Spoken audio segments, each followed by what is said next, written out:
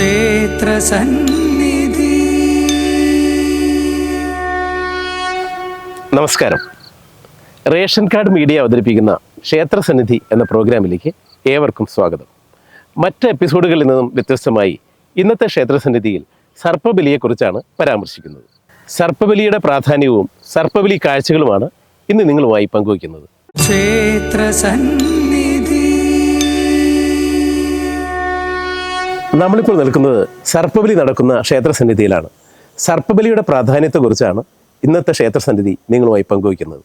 നമ്മുടെ കേരളത്തിൽ പണ്ടുകാലം മുതൽക്കേ നാഗങ്ങളെയും ധർമ്മദൈവങ്ങളെയും ആരാധിച്ചിരുന്നു. മനുഷ്യകുലത്തെയും ധർമ്മത്തെയും രക്ഷിക്കുന്നതിന് വേണ്ടിയാണ് പൂർവികർ നാഗാരാധനയും ധർമ്മദൈവ ആരാധനയും നടത്തിയിരുന്നത്.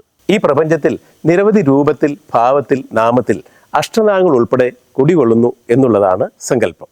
ആ നാഗങ്ങളെയെല്ലാം ഈ സർപ്പബലി നടക്കുന്ന സന്നിധിയിലേക്ക് ആവാഹിച്ചിരുത്തി വാദ്യാദി ഘോഷങ്ങളോടെ വിശിഷ്ട നിവേദ്യങ്ങൾ നൽകി സ്തുതിമന്ത്രങ്ങൾ കൊണ്ട് വിശിഷ്ടമായ ഹവിസ് സമർപ്പിച്ച് നൂറും പാലും നമ്മൾ നൽകുന്ന ബലിയും സ്വീകരിച്ച് അതാത് ദിക്കിലേക്ക് ആ നാഗങ്ങൾ സംതൃപ്തിയോടെ മടങ്ങിപ്പോകുന്നു എന്നാണ് സങ്കല്പം. ഈ സർപ്പബലിയിൽ പങ്കെടുക്കുകയോ സർപ്പബലി വഴിപാടായി സമർപ്പിക്കുകയോ ചെയ്യുന്നവർക്ക് സത്സന്താന ലബ്ധിയും കുഷ്ഠരോഗം പോലുള്ള പല ത്വക്ക് രോഗങ്ങളും നമ്മെ വിട്ടകന്നു പോവുകയും രോഗദുരിതങ്ങൾ ജീവിതത്തിൽ നിന്നും ഇല്ലാതാവുകയും ചെയ്യും എന്നുള്ളത് തീർച്ചയാണ്.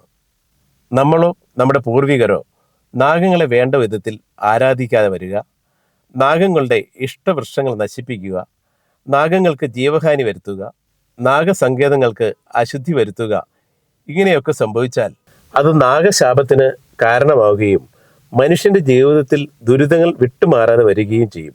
ഇതിന് പ്രതിവിധിയായി നമ്മുടെ പൂർവികന്മാരിൽ നിന്നോ നമ്മുടെ ഭാഗത്തു നിന്നോ ഉണ്ടായിട്ടുള്ള തെറ്റുകുറ്റങ്ങൾക്ക് അതെല്ലാം ക്ഷമിച്ച് സർപ്പദൈവങ്ങളുടെ അനുഗ്രഹത്തിനായി നാഗങ്ങളെ സന്തോഷിപ്പിക്കുന്ന ചടങ്ങാണ് സർപ്പബലി. പണ്ട് കാലത്ത് ചാണകം മെഴിയ തറയിൽ സ്ഥലശുദ്ധി കഴിഞ്ഞതിന് ശേഷം അരിപ്പൊടിയും മഞ്ഞൾപ്പൊടിയും കൊണ്ട് പത്മമിടുന്നു. പിന്നീടുള്ള നാഗരൂപങ്ങളും നിറങ്ങളും അലങ്കാരത്തിന് മാത്രമുള്ളതാണ്. ഈ അലങ്കാരങ്ങൾ പത്മമിടുന്നവരുടെ കലാവാസനയ്ക്കനുസരിച്ച് മാറ്റം വരുത്താം. അതിന് പ്രത്യേകിച്ച് നിയമങ്ങളൊന്നും ബാധകമല്ല. സർപ്പബലി കണ്ടു നിൽക്കുന്നവർക്ക് രൂപവും ഭാവവും മനസ്സിലാക്കാൻ വേണ്ടിയാണ് ഈ അലങ്കാരങ്ങൾ. വൈകുന്നേരങ്ങളിൽ സന്ധ്യയോടടുത്താണ് സർപ്പബലി നടത്താറുള്ളത്. പത്മമിട്ട് നിവേദ്യങ്ങളും മറ്റ് തയ്യാറെടുപ്പുകളും പൂർത്തിയായാൽ സർപ്പബലി ആരംഭിക്കും. കളത്തിലെ പത്മത്തിൻ്റെ മധ്യത്തിൽ പ്രധാനമായും മഹാദേവനെയാണ് പൂജിക്കുന്നത്. ഭുജംഗഭൂഷണൻ എന്നാണ് മഹാദേവനെ വിശേഷിപ്പിക്കുന്നത്. നാഗങ്ങളെ മാലയായി കഴുത്തിൽ അണിഞ്ഞിരിക്കുന്ന ദേവൻ എന്നാണ് ഇതിനർത്ഥം.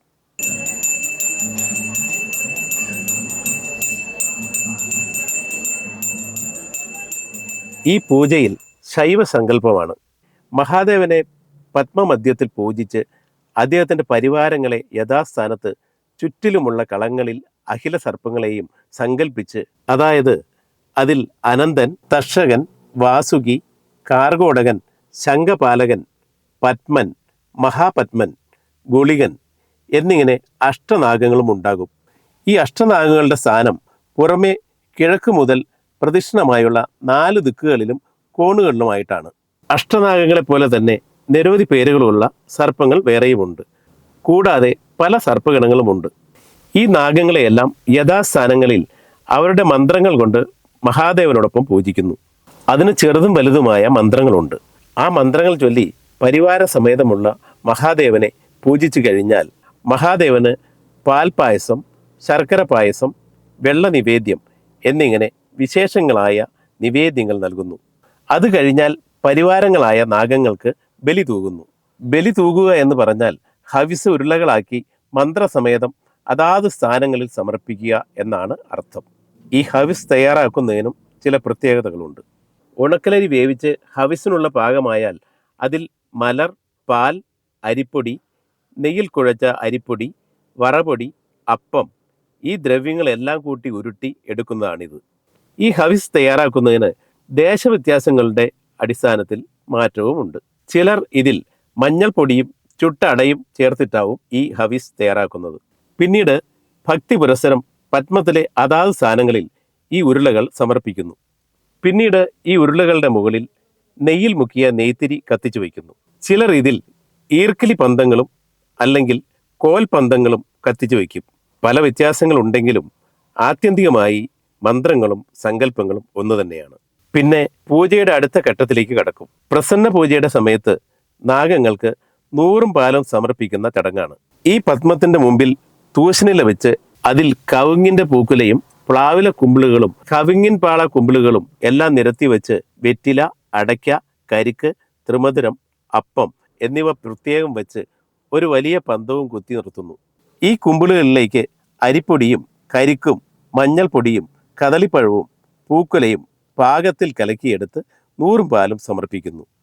പിന്നെ കുത്തി നിർത്തിയ പന്തവും കൈത്തിരിയും കോൽത്തിരിയും കത്തിച്ചു വെച്ച് ഈ 100 പാലും നാഗങ്ങൾക്ക് നിവേദിക്കും.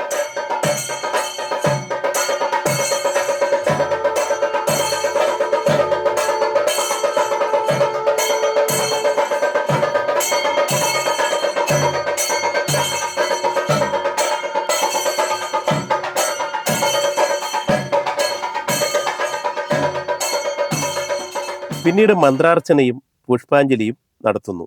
ദീപാരാധന നടത്തുന്നതോടുകൂടി സർപ്പബലി പൂർത്തിയാകുന്നു.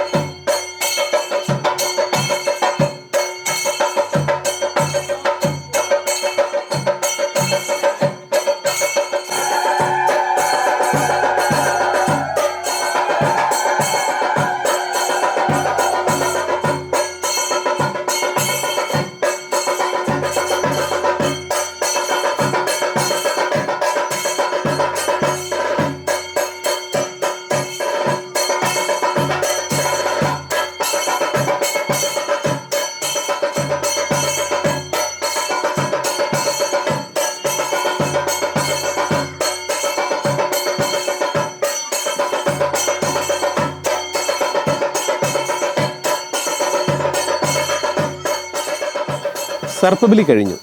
ഇനി സർപ്പബലി നടന്ന ഭാഗത്തേക്ക് ആരും പോകില്ല. സർപ്പങ്ങളുടെ സാന്നിധ്യം അവിടെ ഉണ്ടാകും എന്നുള്ളത് കൊണ്ടാണ് അപ്രകാരം ചെയ്യുന്നത്. പിറ്റേ ദിവസം മാത്രമാണ് കളവും മറ്റും വൃത്തിയാക്കാൻ പാടുള്ളൂ. പിറ്റേ ദിവസം രാവിലെ നോക്കിയാൽ നാഗങ്ങൾ വന്നു പോയതിൻ്റെ ചില ലക്ഷണങ്ങൾ നമുക്ക് അവിടെ കാണാൻ സാധിക്കും. ഈ സർപ്പബലിയെക്കുറിച്ച് പറയുമ്പോൾ ആദ്യം സർപ്പാരാധനയെക്കുറിച്ച് നമ്മൾ പ്രതിപാദിക്കാണ്ട് സർപ്പബലിയെക്കുറിച്ച് നമ്മൾ ഒന്നും പറയാൻ പറ്റില്ല. സർപ്പാരാധന എന്ന് പറയുന്നത് നമ്മൾ കേരളത്തിൽ മാത്രം പ്രത്യേകമായിട്ട് നിന്നിരുന്ന ഒരു ഇതാണ്. പരശുരാമനായിട്ട് കേരളം ഉണ്ടപ്പോൾ ഇവിടെ കാവുകൾ ധാരാളം ഉണ്ടായിരുന്ന സ്ഥലമാണ്. നാഗങ്ങൾ കണ്ടമാനം ധാരാളം ഉണ്ടായിരുന്ന സ്ഥലമാണ്. അപ്പോൾ ഈ അവിടെ നാഗങ്ങളെ പൂജിക്കാനായിട്ട് ബ്രാഹ്മണ സർപ്പമായിട്ടാണ് എല്ലാം. ബ്രാഹ്മണരായിട്ട് വന്ന് കേരളത്തിലെ നമ്പൂതിരിമാരെ കേരളത്തിലേക്ക് പരശുരാമൻ കൊണ്ടുവന്ന് ഇവിടെ താമസിപ്പിച്ച് കാവുകളുടെ പൂജകൾക്ക് വേണ്ടിയിട്ടാണ് ഇവരെ കൊണ്ടുവച്ചത്. കാവുകളെ പൂജിക്കുക, സംരക്ഷിക്കുക എന്നുള്ള ഒരു ഉദ്ദേശത്തോടു കൂടിയാണ് പരശുരാമൻ നമ്പൂതിരിമാരെ കൊണ്ടുവന്നത്. പിന്നീട് അത് താന്ത്രിക വിഷയങ്ങളിലേക്ക് കടന്നു. താന്ത്രിക വിഷയങ്ങളുമായിട്ട് വ്യത്യസ്തമാണ് നാഗാരാധനയുടെ വിഷയങ്ങൾ. താന്ത്രിക വിഷയത്തിൽ പെട്ടതല്ല. സർപ്പബലി എന്ന് പറഞ്ഞാൽ നാഗരാജാവിൻ്റെ സങ്കല്പത്തിലാണ് നമ്മൾ സാധാരണ അനന്തനായിട്ടും നാഗരാജാവിനെ നമ്മൾ ശൈവമായിട്ടും വൈഷ്ണവമായിട്ടും സങ്കല്പിക്കും. ഞങ്ങൾക്കൊക്കെ ശൈവമായിട്ടാണ്, ഞങ്ങളൊക്കെ ഭസ്മം കുടിയിടുന്നതൊക്കെ ശൈവമായിട്ടുള്ള രീതിയിലാണ്. അനന്തന വാസുകയായിട്ടാണ് ഞങ്ങളുടെ സങ്കല്പത്തിൽ വരുന്നത്. അപ്പോൾ ശൈവമായിട്ട് ആ ശൈവമായിട്ടുള്ള നാഗരാജാവിൻ്റെ 4 വശത്തും നമ്മൾ കളം വരച്ച് കാണുന്നുണ്ട്. ആ കളത്തിലൊക്കെ ഓരോരോ സർപ്പങ്ങളുണ്ട്. അത് അവരുടെ പരിവാരങ്ങൾ എന്ന് പറയുന്നത്. ക്ഷേത്ര അല്ലാതെ അതിൻ്റെ ചുറ്റും 4 വശത്തും ഇരിക്കുന്ന ഏറ്റവും പുറമെ അഷ്ടനാഗങ്ങൾ, അതുപോലെ ദിക്പാലകന്മാർ ഒക്കെ നാഗങ്ങളായിട്ട് സങ്കല്പിച്ച് വർക്കുന്നുണ്ട്. ഇവർക്ക് എല്ലാവർക്കും നമ്മൾ സാധാരണ നമ്മൾ ബലി കൊടുക്കാന്ന് പറഞ്ഞാൽ സാധാരണ ഇപ്പോൾ പിതൃക്കൾക്ക് നമ്മൾ ആണ്ടുബലി കൊടുക്കും. അതിൻ്റെ ഒരു സങ്കല്പമാണ്. അപ്പോൾ ഈ സർപ്പങ്ങൾ, ഇവിടെ ഇരിക്കുന്ന സർപ്പങ്ങളാണെങ്കിലും അവർക്ക് തൃപ്തി വരുന്നത് നാഗരാജാവിനെ നമ്മൾ ആവാഹിച്ച് പരിവാരങ്ങളോടുകൂടി പൂജ നടത്തി കഴിയുമ്പോഴാണ്. അതുകൊണ്ട് വർഷത്തിലൊരിക്കൽ പൂജ കഴിച്ച് സർപ്പബലി നടത്തുക എന്നുള്ളത്. സർപ്പങ്ങൾ സാധാരണ സർപ്പാരാധന എന്ന് പറഞ്ഞു കഴിഞ്ഞാൽ സന്തതി, സമ്പത്ത്, സൗഭാഗ്യം ഇത് 3 കാര്യങ്ങൾക്ക് വേണ്ടിയിട്ടാണ് സർപ്പാരാധന. നമ്മൾ വീടുകളിലൊക്കെ നമ്മൾ പ്രതിഷ്ഠ നടത്തി ചെയ്യേണ്ടതെന്ന് വെച്ചാൽ വീട്ടിലെ സന്തതി സമ്പത്തൊക്കെ ഉണ്ടാവുക.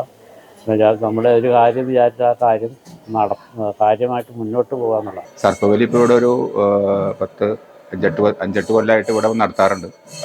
ആമയുടെ നിന്ന് വന്ന് നടത്താറ്. സർപ്പബലി എന്ന് ഉദ്ദേശിക്കുന്ന ഈ സർപ്പങ്ങൾക്കെല്ലാം ബലിയായിട്ട് നൽകുന്നതിനാണ് പ്രധാനമായിട്ടും സർപ്പബലിയായിട്ട് കൊടുക്കുന്നത്. നാഗരാജാവും നാഗയക്ഷിയും അതുപോലെ എല്ലാ സർപ്പങ്ങൾക്കും ബലി നൽകുന്നതിനാണ് സർപ്പബലി എന്ന് ഉദ്ദേശിക്കുന്നത്. സർപ്പദോഷമൊക്കെ തീരാനും നാഗന്മാരുടെ ദോഷങ്ങൾ ഉണ്ടെങ്കിലൊക്കെ തീരാൻ വേണ്ടിയിട്ടാണ് സർപ്പബലി ചെയ്യുന്നത്. അത് എല്ലാ വർഷവും ഇവിടെ ചെയ്യാറുണ്ട്. അത് വലിയ ക്ഷേത്രങ്ങളൊക്കെ സ്ഥിരമായിട്ട് ചെയ്യണതാണ്. ഇവിടെ എല്ലാ വർഷവും ഒരു 5-8 കൊല്ലമായിട്ട് ഇവിടെ ചെയ്യുന്നുണ്ട്. അപ്പോൾ പ്രധാനമായിട്ടും നാഗദോഷങ്ങൾ എന്തെങ്കിലും ഉണ്ടെങ്കിൽ തീരാനായിട്ടാണ് സർപ്പബലി ചെയ്യുന്നത്. സർപ്പബലി തൊഴുതാൽ പലതരത്തിലുള്ള ഗുണങ്ങളുണ്ട്. ഒന്ന് വിവാഹ തടസ്സങ്ങൾ, അതുപോലെ മറ്റുള്ള സന്താന തടസ്സങ്ങൾ, അതുപോലെ ദേഹത്തുള്ള പല രോഗങ്ങൾക്ക് ഒരുപാട് ഗുണങ്ങൾ ഇത് തൊഴുതാൽ ഗുണം കിട്ടുന്നുണ്ട്. സർപ്പബലി എന്ന് പറഞ്ഞാൽ പേടിക്കാനായിട്ടൊന്നുമില്ല. സർപ്പങ്ങൾക്ക് പ്രധാനമായിട്ടും ബലിയായിട്ട് അവർ കൊടുക്കുന്നതിനാണ് സർപ്പബലി എന്ന് പറയുന്നത്. അത് തൊഴുന്നത് വളരെ നല്ലതാണ്. തൊഴുതാൽ സർപ്പശാപങ്ങളും സർപ്പദോഷങ്ങളൊക്കെ തീരാൻ വളരെ നല്ലതാണ്. ഭക്തർക്ക് ഇത് വന്ന് തൊഴുതാൽ എല്ലാവർക്കും ആയുരാരോഗ്യ സൗഖ്യങ്ങളും അതുപോലെ സന്താന സൗഖ്യങ്ങളും രോഗപീഠകളും ഒക്കെ മാറാൻ സർപ്പബലി തൊഴുന്നത് വളരെ നല്ലതാണ്. ഈ ഭൂമിയിലെ കാണപ്പെടുന്ന ദൈവങ്ങളാണ് നാഗങ്ങൾ. ശ്രീ പരമേശ്വരൻ്റെ ആഭരണമായ നാഗങ്ങൾ ഈ ഭൂമിയുടെ അവകാശികളാണ്. ശൈവശാക്തേയ ശക്തികളായ ശ്രീ മഹാദേവൻ്റെയും ശ്രീ പാർവതി ദേവിയുടെയും നാഗങ്ങളെ രക്ഷിക്കുന്നതിനായി വാമന അവതാരം എടുത്ത മഹാവിഷ്ണുവിൻ്റെ അനുഗ്രഹവും ഈ സർപ്പബലിയിൽ പങ്കുകൊണ്ട സർവ്വനാഗങ്ങളുടെ അനുഗ്രഹവും വാങ്ങി ക്ഷേത്രസന്നിധി ഇവിടെ നിന്ന് യാത്ര തുടരുന്നു. ക്ഷേത്രസന്നിധിയുടെ അടുത്ത വിശേഷങ്ങളുമായി വീണ്ടും കാണാം. നന്ദി, നമസ്കാരം.